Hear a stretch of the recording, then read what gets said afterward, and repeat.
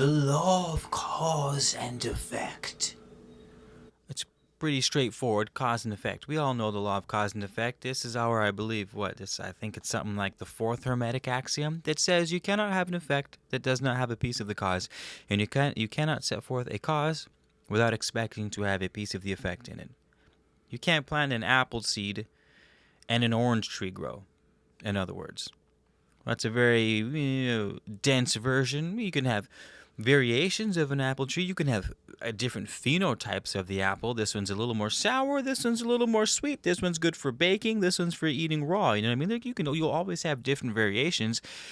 Cause and effect isn't an absolute. Like the effect will be equal to the cause. Like never will be completely equal because there's different variations of inputs, different energies, different alignments of the stars when the decision was made, etc., etc. However,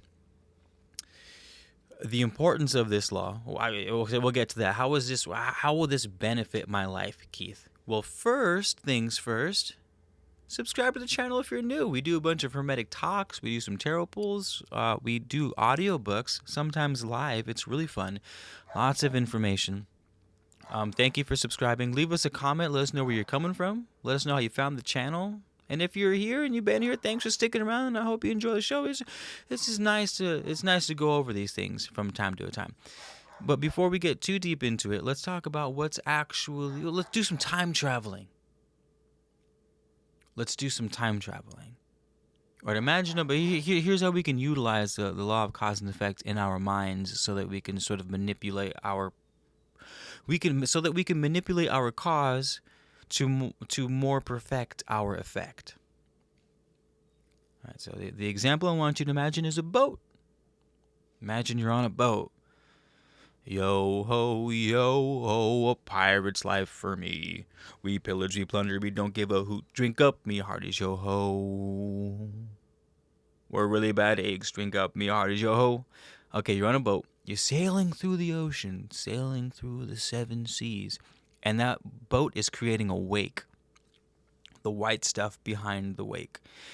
That boat moving through time and space can be seen as the present moment. The wake is what's created by the boat. And then, of course, in front of it is the future. Now, the cool thing about the law of cause and effect is it allows us to shift our perspective. We can identify with the wake, we can identify with the future, or we can identify with the boat, or if you're really gangster, we can identify as the thing that's existing through the boat, if you're super gangster. But let's keep it simple, say you're the boat. Many people will say, I am who I am today because of my past. And you would be right. Because the past and the future are inextricably tied together. However, that's not necessarily useful if you want to change the future, because you cannot change the future if you're a slave to the past.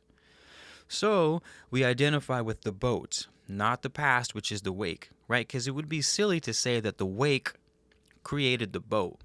Right? If you are in a plane and you're looking down at the pirate ship and you see the boat going through the boat, doing the boat thing and the wake behind it, you wouldn't be so silly as to say, whoa, look how that wake is creating the boat.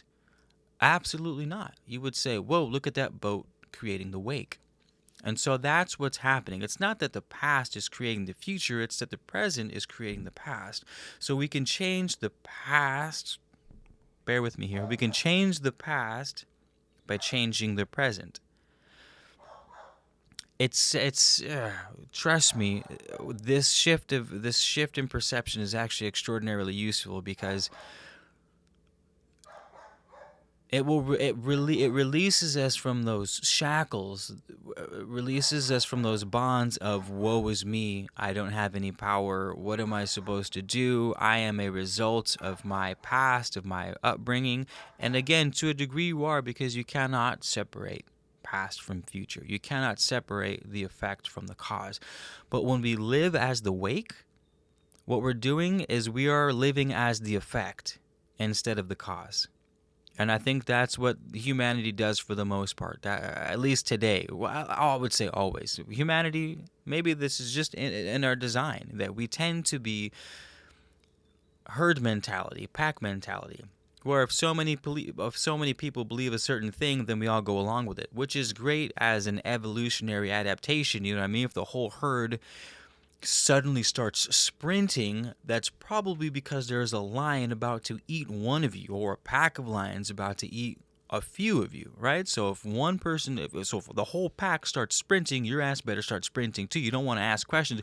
Hey, why are you guys running? As a lion sinks its teeth into your neck. So right, there's nothing inherently wrong with being the pack mentality. It's extraordinarily helpful in a lot of situations. However,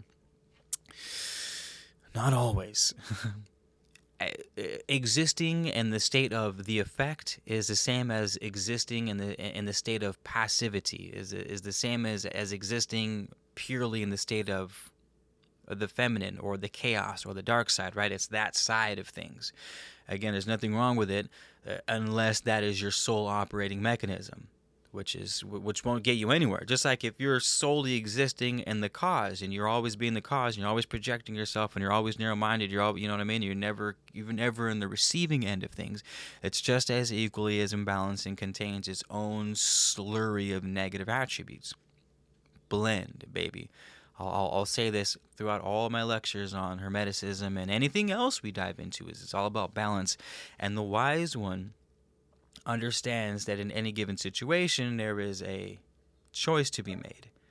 What quality of energy does this situation need? Do I need to be passive, or do I need to be receptive? Do I need to be acting in the cause, or do I need to be acting in the effect? Right? You're playing chess, and you can decide which chess piece you want to be, or you can decide to be the player of the chess game itself. As long as we're making a sort of conscious decision within alignment of what we want, our goals, the job we want, the income we want, the social media gathering we want, as long as we're in charge of that, then we're in charge of our ship.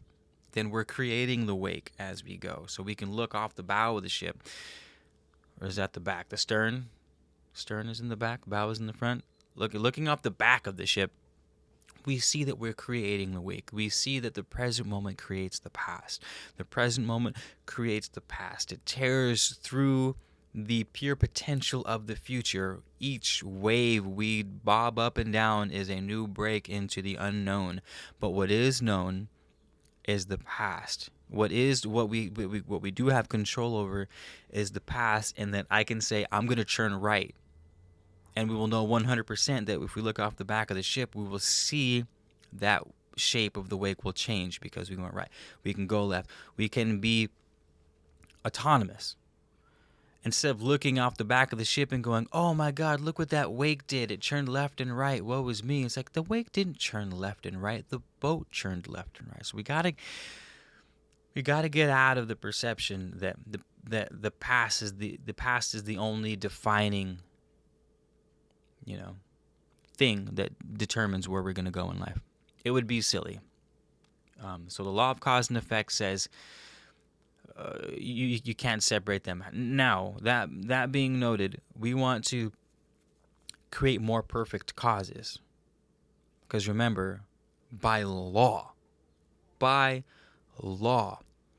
if you have 10 flawless causes this week, will your effects be flawless? No, because it's a piece is contained, not the whole is contained. Because remember, you can do something, and you could be doing it during an eclipse, and so there's some wild energies going out there. You could be setting a perfect cause in motion, but some asshole cuts you off on the road, and you rear end him, and you know what I mean. So it does it right. You will not match it identically. But that doesn't mean we don't attempt. Just because we can't attain perfection does not mean we don't try for perfection. So make sure every cause you set in motion is as perfect as reasonably possible. And by law, by definition, your effects will have to be similar to those causes. If you plant 1,000 apple trees, you will get 1,000 apples. If you plant 1,000 orange seeds, you will get 1,000 different variations of an orange. You cannot have an effect that does not contain within it a piece of the cause. And the stronger the cause, the more fine-tuned the cause, the more amplitude the cause has, the more belief the cause has. And you know what I mean? If you can set it up astrologically speaking, and you can set it up with the right people, this is all part of the cause. The more perfect you can make that cause, the more perfect you'll make the effect.